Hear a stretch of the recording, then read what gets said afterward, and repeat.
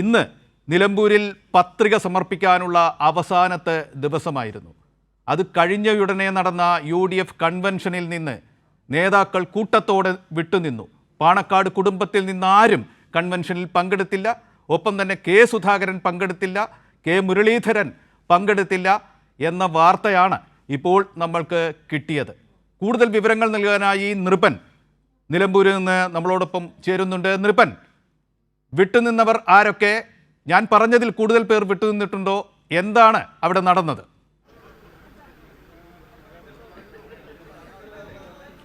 തീർച്ചയായും MBC UDFിൻ്റെ പ്രധാനപ്പെട്ട നിലമ്പൂരിലെ നിർണായകമായ കൺവെൻഷൻ KC വേണുഗോപാൽ ഉദ്ഘാടനം ചെയ്ത കൺവെൻഷനിൽ സാദിഖ് അലി തങ്ങളടക്കമുള്ള പ്രധാനപ്പെട്ട ലീഗ് തങ്ങൾ കുടുംബത്തിലെ ആരും പങ്കെടുത്തില്ല എന്നതാണ് ഏറെ ശ്രദ്ധേയമായ കാര്യം. അത് വലിയ വിവാദത്തിലേക്ക് പോവുകയും ചെയ്തു. തങ്ങൾ കുടുംബത്തിൽ നിന്ന് ആരും പങ്കെടുത്തില്ല.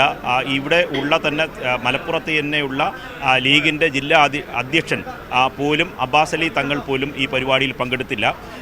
ഒപ്പം തന്നെ MBC സൂചിപ്പിച്ചതുപോലെ പ്രധാനപ്പെട്ട നേതാക്കൾ മുൻ KPCC അധ്യക്ഷന്മാരായിട്ടുള്ള രമേശ് ചെന്നിത്തലയും ഒപ്പം തന്നെ കെ സുധാകരനും കെ മുരളീധരൻ അടക്കമുള്ള പ്രധാനപ്പെട്ട നേതാക്കളൊന്നും ഈ പരിപാടിയിൽ പങ്കെടുക്കാതെ വിട്ടുനിന്നു എന്നതാണ് ഏറ്റവും പ്രധാനപ്പെട്ട കാര്യം. ഇപ്പോൾ നേതാക്കളുടെ പ്രതികരണം കൂടി വരുന്നുണ്ട്. MBC ഇപ്പോൾ നമുക്ക് UDFിൻ്റെ കൺവീനറായിട്ടുള്ള അടൂർ പ്രകാശ് മാധ്യമങ്ങളെ കാണുന്നുണ്ട്. അതിലേക്ക് കൂടി പോകേണ്ടതുണ്ട്.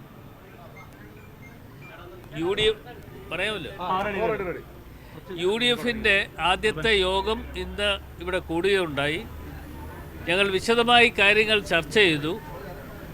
കാര്യങ്ങൾ ചർച്ച ചെയ്തതിൻ്റെ അടിസ്ഥാനത്തിൽ തുടർന്നുള്ള ദിവസങ്ങളിൽ ഓരോ UDFിൻ്റെ പാർട്ടി പ്രവർത്തകരും നേതാക്കന്മാരും ചെയ്യേണ്ട ജോലികളെക്കുറിച്ച് ഞങ്ങൾ വിശദമായി ചർച്ച ചെയ്യുകയും അതിൻ്റെ തീരുമാനങ്ങൾ കൈക്കൊള്ളുകയും ചെയ്തു.